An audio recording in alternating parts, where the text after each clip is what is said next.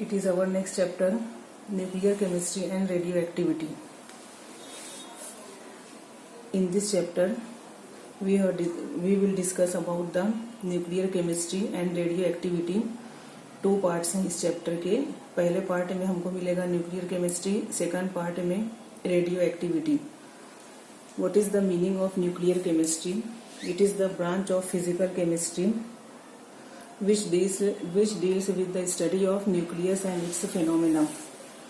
Nucleus और nucleus में होने वाले तमाम फिनोमेना, न्यूक्लियर रिएक्शंस हैं, उसमें आर्टिफिशियल ट्रांसम्यूटेशन है, रेडियो एक्टिव डीके है, nuclear fission, nuclear fusion. All these things we will discuss in this section, that is in nuclear chemistry. Nuclear chemistry, it is the branch of physical chemistry which deals with the study of nucleus and its phenomena. And इसमें हमको देखना रहेगा nuclear reactions. Nucleus में जितने भी changes होंगे we will discuss in this section, that is in nuclear chemistry. Now, what is the structure of an atom?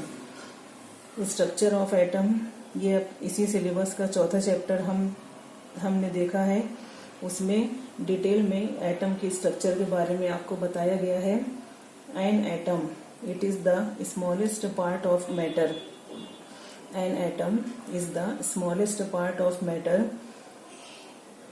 Smallest unit of matter, and electron, proton and neutron, these are subatomic particles. These are subatomic particles, or these are also known as fundamental particles of an atom. Atom में हमको 3 particles मिलेंगे, electrons, protons and neutrons. And an atom consist of 2 parts. Atom में हमको 2 part मिलेंगे. First part is nuclear part. And second part is extra nuclear part. In nuclear part nucleus is present, and in extra nuclear part different orbitals are present. In the nucleus protons and neutrons are present, and in different orbitals electrons are present, and these electrons revolve around the nucleus. ये जो electrons रहेंगे ये nucleus के इर्द गिर्द revolve होते रहेंगे. ये न्यूक्लियर पार्ट है and it is the extra nuclear part. Nucleus में हमको मिलेंगे protons and neutrons, and different extra nuclear part में हमको मिलेंगे different electrons, and these electrons are in revolving position around the nucleus. Protons possess positive charge, neutrons are neutral, and electrons possess negative charge. Proton, ये जो plus लिखा है यहाँ पे, it is due to charge of proton. Neutrons are neutral, इनके ऊपर कोई charge नहीं है. Therefore nucleus is the positive centre of the atom. Nucleus के ऊपर पॉजिटिव चार्ज, और ये जो इलेक्ट्रॉन्स हैं इनके ऊपर निगेटिव चार्ज. ये पॉजिटिव चार्ज. और in an atom number of protons is always equal to number of electrons. इसका मतलब जितना पॉजिटिव चार्ज हमको मिलेगा उतना निगेटिव चार्ज मिलेगा. It means that an atom is a neutral species. जो एटम रहेगा, an atom is electrically neutral because number of protons is always equal to number of electrons. जितना पॉजिटिव चार्ज रहेगा उतना negative charge. और number of protons, यहाँ suppose एक atom का हम रिप्रेजेंटेशन अगर लिखना चाहेंगे, x Z A, it is the representation of an atom. Z is atomic number, A is atomic mass number. atomic mass number. Z is atomic number. It is also known as number of protons. ये proton number रहेगा. Number of protons, ये number of protons. It is known as atomic number और it is also known as nuclear charge. Nuclear charge, इसको nuclear charge भी हम कह सकते हैं. Atomic number, nuclear charge, number of proton, ये सब एक मतलब रहेगा इनका. न्यूक्लियस में प्रोटॉन्स और न्यूट्रॉन्स हैं. इनको कलेक्टिवली हम कहेंगे न्यूक्लियॉन्स. प्रोटॉन्स, न्यूट्रॉन्स, इनके लिए एक वर्ड यूज होगा, that is nucleons. A, it is A is equal to Z plus N. Z is number of proton, N is number of neutrons. यहाँ पे न्यूट्रॉन नंबर लिखने की जगह रहती है. And N is equal to, यहाँ लिख देती हूं मैं, N is equal to A minus Z. A minus Z. Neutron number निकालने के लिए A में से Z हम माइनस करेंगे तो हमको वैल्यू मिल जाएगी, number of proton, number of neutron, and it is the total number of protons and neutrons.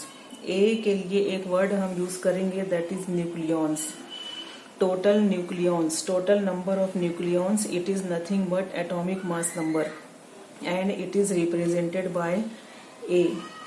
And an atom का जो कंसेप्ट है, it is similar to our solar system. Solar system में क्या होता है, बीच में सूरज है, उसके इर्द गिर्द अलग अलग प्लैनेट्स रिवॉल्व हो रहे हैं. ऐसा ही कंसेप्ट एटम का है. बीच में ये न्यूक्लियस, इसके इर्द गिर्द डिफरेंट इलेक्ट्रॉन्स रिवॉल्व हो रहे हैं. Therefore the concept of an atom is similar to our solar system. It is the representation of an atom. यहाँ एन नहीं लिखा जाता है, यहाँ पे XZA. It is the representation of an atom where Z is atomic number, A is atomic mass number, and A is equal to Z plus N. From this equation, we can calculate number of neutrons. N is equal to A minus Z. Now, here we will consider an atom, an element, that is hydrogen. Hydrogen, it is the first element of the periodic table. Its atomic number is 1. Atomic mass number is 1. Its another isotope is with atomic number 1, atomic mass number 2, H13. These three are, इनको हम कहेंगे isotopes. और हर nucleus को कहा जाएगा nuclide. The different nuclei और different atoms of isotopes, इनके लिए हम वर्ड यूज करेंगे न्यूक्लाइड. H1, इसको पढ़ेंगे H1, H2, H3. Hydrogen, deuterium, tritium. These three are different isotopes of hydrogen. Oxygen के आइसोटोप्स मिलेंगे, oxygen 8, 16, oxygen 17, oxygen 18. These are different isotopes of oxygen. Isotopes की definition हम ऐसे कहेंगे, These are different atoms of same element having same atomic number but different atomic mass number. Atomic number same है, इसका मतलब element is same with different atomic mass number. एक atomic number का एक ही एलिमेंट मिलेगा पीरियोडिक टेबल में. Hydrogen का atomic number 1, तो हाइड्रोजन का ही एटॉमिक नंबर 1 रहेगा, दूसरे एलिमेंट का एटॉमिक नंबर 1 नहीं मिलेगा. ऑक्सीजन का एटॉमिक नंबर 8 ही रहेगा. एटॉमिक नंबर चेंज होगा, एलिमेंट चेंज हो जाएगा. एटॉमिक नंबर अगर हम लेते हैं suppose 9, it will be that of fluorine. 7 अगर हम लेंगे तो वो नाइट्रोजन का, like this. And these nuclei are known as nuclides. इनके लिए हम वर्ड यूज कर लेंगे, that is nuclides. Okay, so it is about the isotopes and the concept of atoms.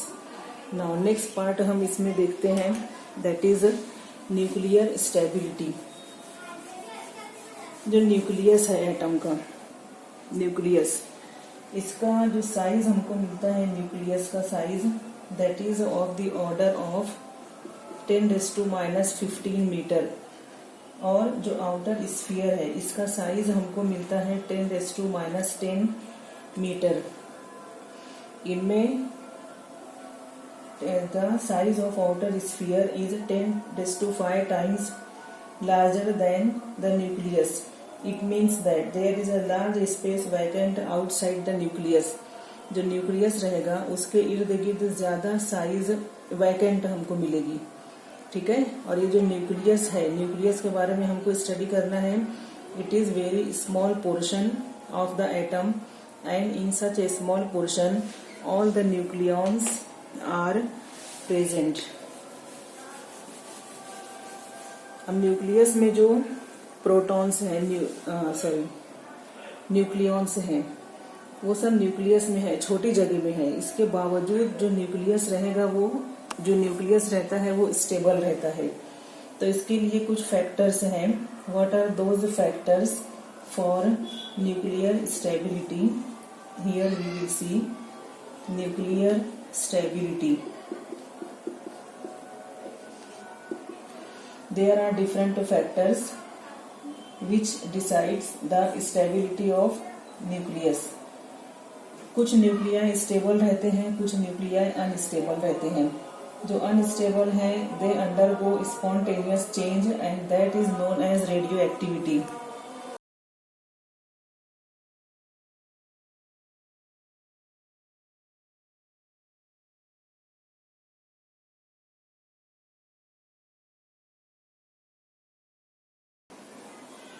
So first factor is odd even nature of number of protons and neutrons. इसमें first part हम first point देखते हैं, E1 Z and E1 N. Such nuclei are more stable because there is pairing in between proton, neutron, neutron. E1 number के जब ये Z रहेंगे तो यहाँ पे पेयरिंग हो जाएगी प्रोटॉन के बीच में, और न्यूट्रॉन में यहाँ पेयरिंग हो जाएगी। एक भी न्यूक्लियॉन अनपेयर्ड कंडीशन में नहीं रहेगा। Therefore such type of nuclei are more stable.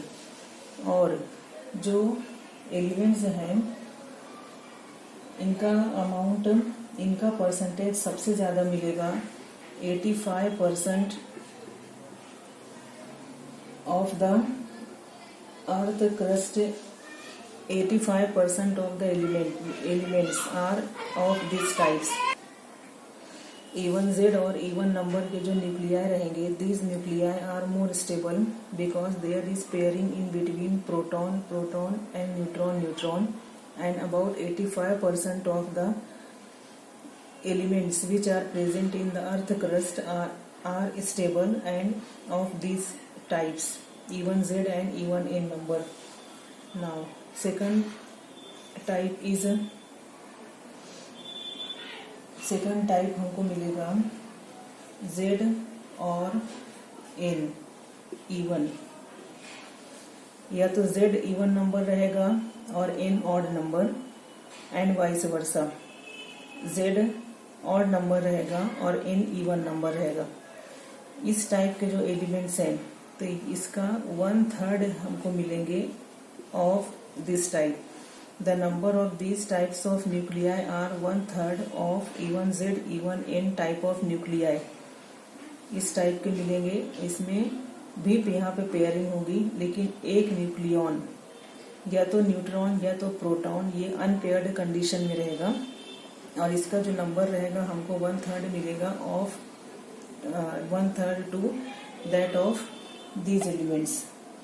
Okay, so and so these are two factors, that is even Z, even N, and second is Z or N are even in numbers. Now third point in this case is odd Z, odd N. दोनों number जो रहेगा protons और neutrons का, ये हमको odd मिलेगा. And there are only 5 nuclei which are stable and those nuclei are of this type. सिर्फ 5 nuclei हमको मिलेंगे. For example H11 Li36, boron 510 Li, it is for lithium. Nitrogen 714, और यहाँ पे फिर हमको मिलेगा vanadium, that is 2350. Vanadium 2350. These are only 5 nuclei which are stable and are of this type. इस टाइप के ये न्यूक्लियाई हमको मिलेंगे. सो जो फर्स्ट पॉइंट हमने देखा न्यूक्लियर स्टेबिलिटी में, that is the odd and even nature of number of neutrons and protons. Now second factor is N by Z ratio. N by Z ratio. N for number of neutron and Z for number of protons. N by Z ratio, if this number is in this range 1,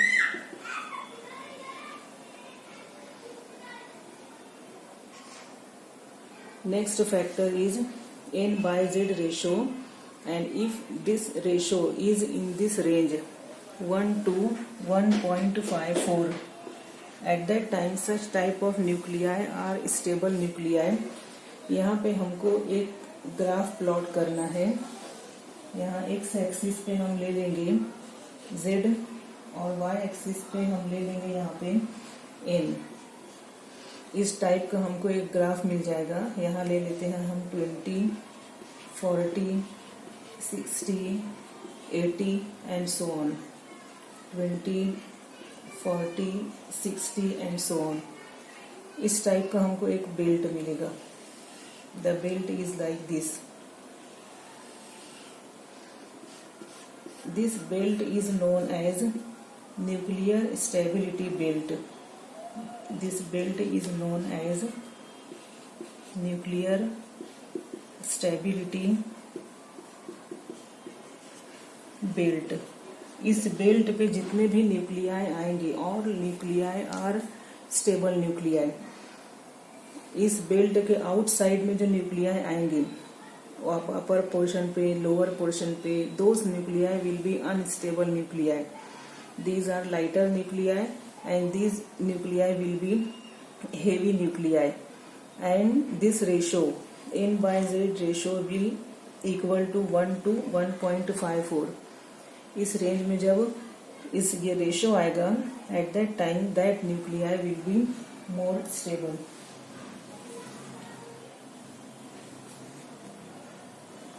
So it is about the N by Z ratio. This belt is known as nuclear stability belt. यहाँ पे अगर ये 20 लेंगे, 20 number of protons, 20 number of neutrons, यहाँ पे एक nucleus हमको मिल जाएगा. और Z is equal to 20, N is equal to 20. ये हमको मिलता है कैल्शियम में. कैल्शियम 20, 40 ऐसा हम लिखते हैं. It means that in calcium 20 protons are present and 20 neutrons are present, and it is one of the stable nucleus. ठीक है.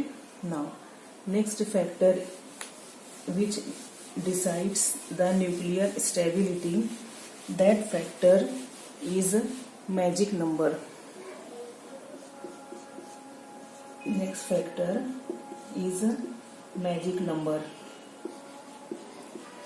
Magic number, no? Now what are the magic numbers?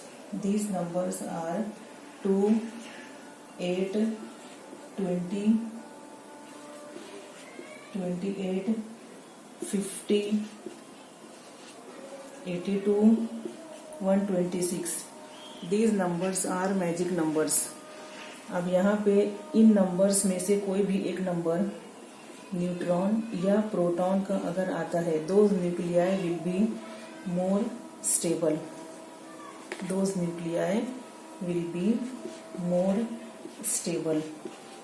ठीक है. Now एक nucleus है that is lead. Lead 82 और 208. This 82 is the atomic number. It means that it is number of proton. यहाँ 208 में से 82 हम माइनस करेंगे, हमको यहाँ मिल जाएगा that is 126. In one nucleus of lead, two magic numbers are present. Therefore, it is one of the stable nucleus. इसकी stability ज़्यादा रहेगी. Lead 208. It is the stable nucleus of lead. So, इनमें से अगर कोई भी एक नंबर प्रोटॉन या न्यूट्रॉन का रहेगा, at that time that nucleus will be more stable, and these numbers are known as magic numbers.